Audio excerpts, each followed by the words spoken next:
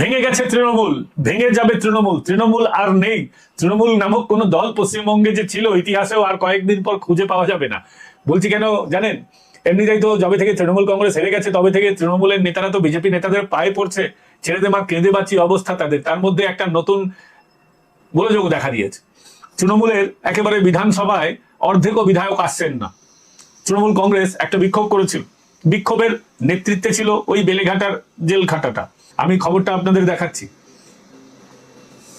দেখুন, খবরটা হচ্ছে যে বিধানসভায় তৃণমূল কংগ্রেস বিক্ষোভ করছিল। সেখানে দেখুন কজন বিধায়ক, আমি গুনছিলাম, ছবিতে আমি গুনছি, তো যা দেখলাম তাতে মোটের উপর 23 জন বিধায়ককে ছবিতে দেখা যাচ্ছে। খবরও হয়েছে, বলা হচ্ছে যে অর্ধেক বিধায়ক আসেনি, অর্ধেকের বেশি বিধায়ক বিধানসভায় তৃণমূল কংগ্রেসের আসছেন না। ওই 20 জন, 22 জন, 25 জন, 30 জন এমন করে আসছেন। তৃণমূল কংগ্রেসের বাকি বিধায়করা কেন আসছে না জিজ্ঞাসাবাদ করা হয়েছে। বেলেঘাটার জেলখাটাকে আরো অনেককে জিজ্ঞাসা করা হয়েছে। তখন তৃণমূলের তরফ থেকে দাবি করা হয়েছে এই যে সমস্যা দেখা দিচ্ছে, তারা দাবি করছে যে এখন তো মামলা মোকদ্দমা হচ্ছে বিধায়কদের উপরে, তার জন্য তৃণমূলের লোক আসছে না। কিন্তু বিশ্বাস করুন, আপনাদের একদম আসল খবরটা দিচ্ছি, সেটা হচ্ছে তৃণমূলের বিধায়করা এখন বিধানসভায় মুখোমুখি হতে চাইছে না।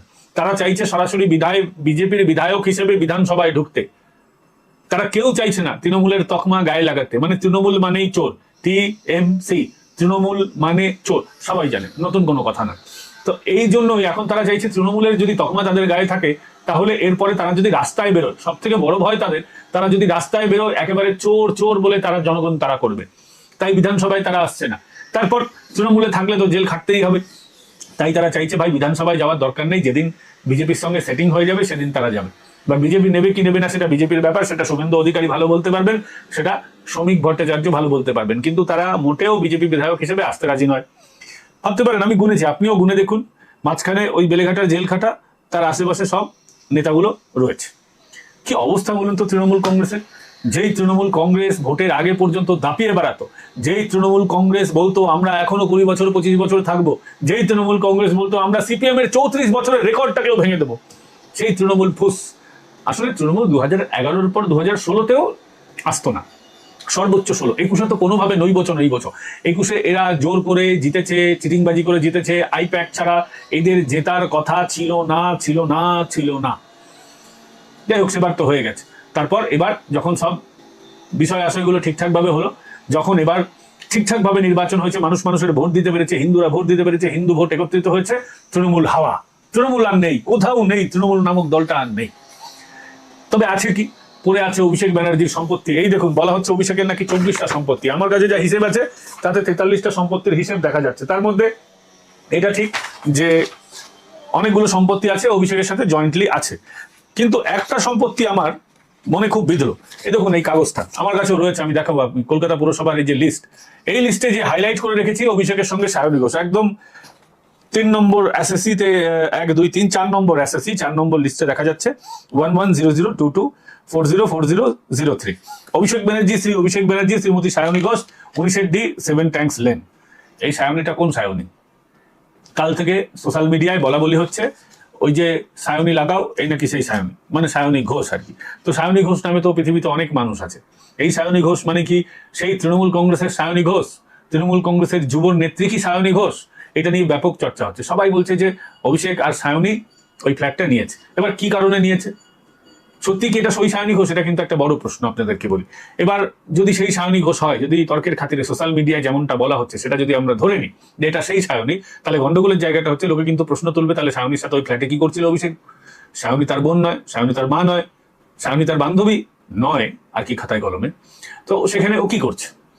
তৃণমূল কংগ্রেসের তো পার্টি অফিস আছে, অভিষেক ব্যানার্জি নিজের পার্টি অফিস আছে, অভিষেক ব্যানার্জি এতগুলো ফ্ল্যাট আছে, তাহলে সায়নীর সাথে জয়েন্টলি নিল কেন? কি সম্পর্ক সায়নীর সাথে? যদিও ওই সায়নী ঘোষ মানে তৃণমূল কংগ্রেসের সায়নী ঘোষ, তিনি বলেছেন যে না বাবু, এটা আমার সম্পত্তি নয়। তিনি কিন্তু হোয়াটসঅ্যাপে সবাইকে জানিয়েছেন, যারা যারা তাদেরকে প্রশ্ন করেছেন। ফেসবুকে নিজে তিনি তার অ্যাকাউন্ট থেকে লিখেছেন, টুইটার অ্যাকাউন্ট থেকে সায়নী ঘোষকে বলতে হচ্ছে এই সায়নী সেই সায়নী নয়। মানে শিবলিঙ্গের মাথায় যিনি কন্ডম পরিয়েছিলেন সায়নী ঘোষ, তৃণমূল কংগ্রেসের সায়নী ঘোষ, লাগাও সায়নী ঘোষ, যাকে সবংয়ের বিধায়ক মানস ভূঁইয়া বলেছিলেন সায়নী লাগাও, এই সায়নী সেই সায়নী নয়, এটা সেই সায়নীর দাবি। তাহলে এই কোন সায়নী ঘোষ? তাহলে আমাদের খুঁজে দেখতে হবে। এছাড়াও দেখা যাচ্ছে যে অভিষেক ব্যানার্জির নিজের বাপ ঠাকুরদা মা, ভাই, ভাতিজা, পিসি সবার নামে নিয়েছে, মানে অভিষেকের সাথে মমতা ব্যানার্জিরও এখন ফ্ল্যাট দেখা যাচ্ছে। আমি তো এবার চিন্তিত হয়ে পড়েছি যে অভিষেক ব্যানার্জির সঙ্গে মমতা ব্যানার্জি যে ফ্ল্যাটটা দেখা যাচ্ছে, সেই ফ্ল্যাটটা আবার মমতা ব্যানার্জি বলবেন না তো, না আমি এই মমতা ব্যানার্জি আমি নই। আমি এখন বেশ চিন্তিত। আর অভিষেক ব্যানার্জি নিজের তো অনেকগুলো বিল্ডিং আছে, 24টা মতন বিল্ডিং দেখা যাচ্ছে, আর বাদ বাকি সব লোকজনের সাথে 43টা মোট দেখা যাচ্ছে। তো এবার এই যে আমি দেখাচ্ছি মমতার সাথে অভিষেকের এই জায়গায় দেখা যাচ্ছে, মমতা ব্যানার্জি, অভিষেক ব্যানার্জি, এই যে এই ইয়েটা ঠিকঠাক দেখা যাচ্ছে কিনা আমি জানি না, তো আমি দিয়ে দেবো তবু। তো বিষয়টা হচ্ছে যে অভিষেক ব্যানার্জির এতগুলি বাড়ি, এটা নিয়ে বিতর্ক। এখন অভিষেক ব্যানার্জি বলবেন না তো এই অভিষেক ব্যানার্জি আমি নই। অনেকে বলছেন যে কি হতে পারে, দেখুন খবরের জন্য সব খবর করা তো ঠিক আছে, কিন্তু দেখুন অভিষেক ব্যানার্জির বাড়ি ভাঙতে পারাটা এত সহজ হবে না। সহজ এই কারণেই হবে না, কারণ অভিষেক ব্যানার্জি কোর্টে চলে যাবে, কোর্ট দিয়ে দেবে স্টে, কারণ কোর্ট দুপক্ষের বক্তব্য না শুনে ভাঙার অর্ডার নিশ্চয়ই দেবে না কোর্টে যদি কেস হয়। তবে যে ভাঙা হবে না এরকমটা নয়, কোর্টে যদি সরকার প্রমাণ করতে পারে যে এগুলো দুর্নীতির টাকায় করা, মানি লন্ডারিং এর টাকায় করা, এবং পুরসভা অ্যাক্ট অনুযায়ী বাড়িগুলো তৈরি হয়নি, পুরসভার আইন মানা হয়নি, তাহলে কিন্তু কলকাতা পুরসভা ভাঙার অর্ডার দিতে পারে। এটা আপনারা নিশ্চিন্ত থাকুন। বাড়ি ভাঙা পড়বেই, আজকে না পড়ুক, 1 মাস পরে পড়ুক, 2 মাস পরে পড়ুক, 1 বছর পরে পড়ুক, অভিষেক ব্যানার্জির বাড়ি ভাঙা পড়বেই। বিশেষ করে ওই শান্তিনিকেতন, যেটাকে আমি চাই মিউজিয়াম করা হোক। কিন্তু ওই শান্তিনিকেতনের ক্ষেত্রে সমস্যা হচ্ছে শান্তিনিকেতনের সামনে না ছাড় দেওয়া হয়নি। আপনি দেখবেন শান্তিনিকেতনে গিয়ে যে ফুটপাথ থেকে একদম বাড়ি একদম লাগোয়া 4 ফুট তো কলকাতায় ছাড় দেওয়ার কথা, তো অভিষেক ব্যানার্জি ছাড় তো দেয়নি। অনেক ক্ষেত্রে ছাড় না দিলে তার ফাইন হয়, তো তিনি কোনো ফাইন দিয়েছেন কি, এটাও একটা বড় প্রশ্নের মুখে কিন্তু পড়তে হবে। অভিষেক ব্যানার্জি কোনো ছাড়টার দেয়নি, ফাইনও দেয়নি। ফাইন কেন দেবে? রাজা মানুষ ফাইন দেবে না। তো এই হচ্ছে ব্যাপার। এবং সব থেকে বড় ব্যাপার হচ্ছে সায়নী ঘোষ কেন বেঁচে গেছেন। মোবাইল নাম্বার সবকটা সাথে দেওয়া থাকে, এক্ষেত্রে কিন্তু কোনো মোবাইল নাম্বার, সায়নের ক্ষেত্রে মোবাইল নাম্বারটা দেওয়া নেই। মোবাইল নাম্বার দেওয়া নেই বলে লোকে বলবে যে বাড়িটা কার, তাহলে বোঝা যাচ্ছে না সায়নী এবার বেঁচে গেল, খুব ভালো কথা। কিন্তু সায়নী বেঁচে গেলেও তৃণমূল কংগ্রেস বেঁচে যাচ্ছে না। তৃণমূল কংগ্রেসের অবস্থা আরো টাইট। কিসের জন্য টাইট? তৃণমূল কংগ্রেস কার্যত বিরোধী দলের তকমাও পায়নি। কেন পায়নি? তৃণমূল কংগ্রেস 80টা বিধায়ক, মোটামুটি 30টা বিধায়ক হলেই তো 10% হলেই বিরোধী দলের তকমা কিন্তু পাওয়া যায়। তাহলে কেন পাওয়া যায়নি? বিধানসভার সচিব তিনি জানাচ্ছেন যে এক্ষেত্রে সঠিকভাবে আবেদনই করা হয়নি। আসলে এতদিন তৃণমূল কংগ্রেসের তো নিজস্ব ক্ষমতা ছিল, এদের যা মনে আসতো এরা তাই করত, এবং সেই কারণেই এরা প্রক্রিয়াটাকে ফলো করেনি। প্রক্রিয়াটা এটাই বলছে, বিধানসভার তরফে বলা হচ্ছে যে কোনো দলকে বিরোধী দলের তকমা তখনই দেওয়া যেতে পারে যখন সমস্ত বিধায়করা সই করে বলবেন যে আমরা এনাকে বিরোধী দলনেতা বেছে নিলাম। ওই তৃণমূল কংগ্রেস অফিস থেকে কাগজ পাঠিয়ে বলা হবে একে আমরা বেছে নিয়েছি, তৃণমূলের সুপ্রিমো যিনি দলের বিধায়ক নন, দলের কেউ নন, বা অভিষেক ব্যানার্জি দলের সাংসদ, বিধানসভার তিনি কেউ নন, তার সই সম্বলিত চিঠি হলে হবে না, স্পষ্টভাবে বলা হয়েছে। শোভনবাবু কেমন লোক সেটা নিয়ে আমরা বিতর্ক করতে বসিনি, কিন্তু এটা ঠিক যে বিধানসভায় বিরোধী দল হিসেবে তৃণমূলকে তকমা পেতে গেলে তৃণমূলের বিধায়কদের আসতে হবে, 30 জন কমসে কম আসবেন এবং তারা সই করে জানাবেন অমুক ব্যক্তিকে আমরা আমাদের বিরোধী দলনেতা বেছে নিলাম। বিজেপির ক্ষেত্রে কি হয়েছিল? বিজেপিকে তাই করেছিল 2021-এ, অন্তত আমার জানা মতো অবশ্যই তাই করেছিল। বিজেপির তরফ থেকে শুভেন্দু অধিকারীকে বিজেপির যারা দলের সদস্য আছেন, বিধায়করা ছিলেন, তারা দলনেতা মেনে নিয়েছিলেন, সেইভাবে দেওয়া হয়েছিল। কিন্তু তৃণমূল ভুলে গেছে যে তৃণমূল ক্ষমতা থেকে চলে গেছে, তৃণমূল এটা ভুলে গেছে। এর জন্য তৃণমূল নানান রকম ভাবে গাজওয়ারি করছে। এবার দেখুন তৃণমূলের গাজওয়ারি হচ্ছে অভ্যাস। রাজ্য সরকার 1950-এর ক্ষমতা বলে, আইনের বলে যেটা করতে চেয়েছে সেটা হচ্ছে যে এ রাজ্যে তো 70% হচ্ছে হিন্দু মানুষ বাস করে, তার থেকেও বেশি। এবার 70-72% হিন্দুদের আস্থায় এতদিন ধরে তৃণমূল একেবারে মুগুর ধোলাই করে এসছে, একেবারে ধোলাই করে এসছে আমাদের আস্থার উপরে। কোনোদিন আমাদের আস্থার, আমাদের ভালোবাসার তোয়াক্কাই করেনি। হিন্দুরা, গরু হচ্ছে হিন্দুদের জন্য একটি পবিত্র বস্তু। তো আমাদের পুরাণের অনেক পৌরাণিক কাহিনী আছে, এবং সব থেকে ব্যাপার হচ্ছে আমার খারাপ লাগে বলেই তো মুসলিমরা গরুটাই কাটছে, কারণ তাদের মানে ধর্মীয় ভাবে যেখান থেকে এই বিষয়টা এসছে পশু জবাইয়ের, সেখানে হযরত ইব্রাহিম তাদের যে আল্লাহ আছেন বা তাদের যিনি গড আছেন, তাদের একমাত্র ঈশ্বর, একমাত্র উপাস্য যিনি আছেন, তাকে খুশি করার জন্য বা তিনি পরীক্ষা নিচ্ছিলেন, তার জন্য নিজের সন্তানকে নিয়ে গেছিলেন, ছুরি রেখে দিয়েছিলেন। পরবর্তীকালে সেই একমাত্র ঈশ্বর, তাদের ধর্মীয় পুস্তক অনুসারী যিনি আছেন, তিনি সেখানে ছাগল রেখে দেন বা দুম্বা রেখে দেন, সেই জাতীয় পশু রেখে দেন। তো সেখানে কোথাও গরুর উল্লেখ নেই, কোরআনে কোথাও গরুর উল্লেখ নেই, কিন্তু এখানে হিন্দুদের যেহেতু আস্থার বিষয় আছে তাই গরুকে তারা জবাই করেন। এবার সেই আস্থাকে মান্যতা দিয়েছে পশ্চিমবঙ্গ সরকার, কারণ যার পাওয়া যাবে স্বাদ তারই হবে বিকাশ, একদম হিসাবটা হচ্ছে ক্লিয়ার, এরকমটা অনেকেই বলছেন। তো সেই জায়গায় দাঁড়িয়ে যখন পশু জবাই প্রায় যাতে না হয় সেই জন্য যখন রাজ্য সরকার চেষ্টা করছে, তৃণমূল তাদের ভোট ব্যাংক বাঁচানোর জন্য চলে গেছেন। তৃণমূল যে কত বড় হিন্দু বিরোধী আপনারা হিন্দুরা দেখুন, চোখে আঙুল দিয়ে তৃণমূল বারে বারে হিন্দুদের দেখিয়ে দিচ্ছে যে তারা আমাদের পছন্দ করে না, তারা হিন্দুদের পছন্দ করে না, তাদের ভোট ব্যাংক মুসলমান, তারা তাদেরকেই ভালোবাসবে। সেই জায়গায় দাঁড়িয়ে আজকে খবর হচ্ছে পশু জবাই নিয়ে রাজ্যের নির্দেশিকাকে চ্যালেঞ্জ করে হাইকোর্টে গেল তৃণমূল কংগ্রেস। ঈদকে সামনে রেখে বেশ কিছু ছাড়ের আর্জি। মামলাটা কে করেছেন? মামলাটা করেছেন তৃণমূল কংগ্রেসের তরফ থেকে মহুয়া মৈত্র।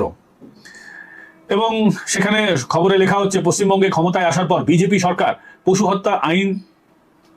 হত্যা সংক্রান্ত আইন কার্যকর করেছে। 1950 সালের প্রাণী সম্পদ আইন অনুযায়ী বেশ কয়েকটি নিয়ম বলবৎ করা হয়েছে। নির্দেশ অনুযায়ী প্রশাসনের অনুমোদন ছাড়া গবাদি পশুকে হত্যা করা যাবে না। 14 বছর বয়স হয়নি এমন গবাদি পশু কোনোভাবেই জবাই করা যাবে না। কোরবানি ঈদের আগে পশু জবাই সংক্রান্ত শুভেন্দু অধিকারীর সরকারের নির্দেশিকা ঘিরে সংখ্যালঘু অধ্যুষিত এলাকায় নাকি অস্থিরতা তৈরি হয়েছে।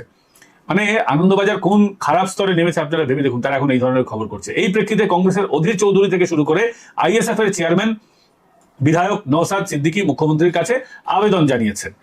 এবার হাইকোর্টে দায়ের হলো জনস্বার্থ মামলা। এর মধ্যে একটি মামলা দায়ের করেছেন তৃণমূলের বিধায়ক আখরুজ্জামান, এবং আমি যেটার কথা বলছিলাম সেটি অপর একটি মামলা।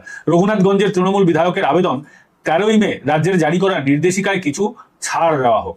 আসল গল্প এবার আপনাদেরকে বলছি, বিরাট বড় এই খবরটা আছে। এবার মহুয়াও এখানে পার্টি হয়েছেন। মহুয়ার বক্তব্য হচ্ছে এই উৎসবের জন্য গরু বাদ দিলে মোষ অথবা বলদ কোরবানির অনুমতি দেওয়া হোক।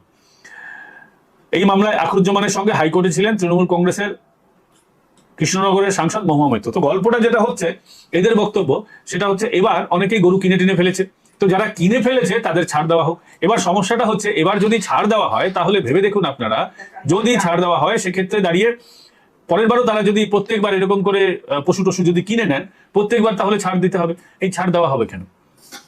বেআইনি কাজ যদি অলরেডি হয়ে গিয়ে থাকে বা হওয়ার আশঙ্কা থাকে, তাহলে কি কোনোভাবে তাতে ছাড় দেওয়া যায়? চোর যদি চুরি করে বলে যে আমার চুরি করা হয়ে গেছে তাই আমাকে চুরি করা সামগ্রী নিয়ে যেতে দিন, এটা কখনো হতে পারে? বেআইনি জিনিস তো বেআইনি, 1950 সাল থেকে আইন, সেখানে এবারও যদি সেই বেআইনিটা ক্রমাগতভাবে হয়ে যায়, এদের মানে মিনিমাম সেন্সটুকু নেই, লাজ লজ্জা নেই। এরা পুরোপুরি হিন্দু বিরোধী এবং হিন্দুদের আঘাত করার কোনো জায়গাটা এরা ছাড়তে চান না। এরা জানেন এখন শুধুমাত্র এদের ভোট ব্যাংক বলে মুসলমান বেঁচে আছে, শুধু মুসলিম ভোট ব্যাংকটাকে ওদের ধরে রাখার জন্য হিন্দুদের সবসময় এরা আঘাত করেন। এই কৃষ্ণনগরের সাংসদ মহুয়া মৈত্র, যারা মতুয়া সমাজের মানুষ আছেন, আপনাদের মনে আছে না কি বলেছিলেন? গলায় কাঠের মালা পরে চলে আসে ভিক্ষে চাইতে, যেন বাপের দান। মহুয়া নিজের ঘর থেকে যেন টাকাগুলো ছাপিয়ে এদেরকে দেয়। ওটা আমার আপনার যে ট্যাক্সের টাকা, সেই ট্যাক্সের টাকা এরা চুরি করে, এরা ভোগ করে, তারপরেও এই বেহায়াগুলোর কোনো লাজ লজ্জা নেই। তো বন্ধুরা, আপাতত এখানেই শেষ করছি। এই ভিডিও আপনাদের কেমন লাগলো অবশ্যই কমেন্ট করে জানাবেন। ভিডিওটা ভালো লাগলে লাইক, শেয়ার, সাবস্ক্রাইব করতে ভুলবেন না। আগামীকাল আপনাদের সঙ্গে আবার দেখা হচ্ছে অন্য কোনো বিষয় নিয়ে। Until then, tata bye bye, ভালো থাকবেন। কালকে আবার দেখা হচ্ছে।